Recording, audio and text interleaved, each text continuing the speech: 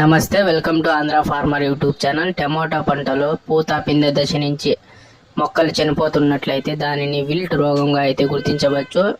ఈ విల్ట్ అనేది ఉండడం వల్ల మొక్కలు రోజు రోజుకి ఎక్కువగా చనిపోతూ ఉండడం అయితే జరుగుతూ ఉంటుంది. ఈ విల్ట్ అనేది రెండు రకాలుగా ఉంటుంది.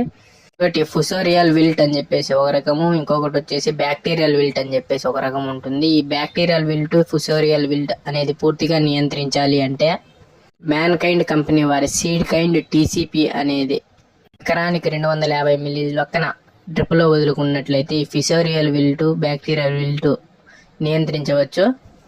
ఈ సీడ్ కైండ్ టీసీపీ అనేది డ్రిప్లో వదలడం వల్ల ఫిసోరియల్ విల్టు, బ్యాక్టీరియల్ విల్టు ఈ రెండింటిని నియంత్రించి, అలాగే చెట్టు యొక్క బూజు తెగులను నియంత్రించి, అలాగే చెట్టు యొక్క వేరు వ్యవస్థను శుద్ధపరిచి చెట్టును ఆరోగ్యంగా ఉంచడానికి ఈ సీడ్ కైండ్ టీసీపీ అనేది అయితే ఉపయోగపడుతుంది.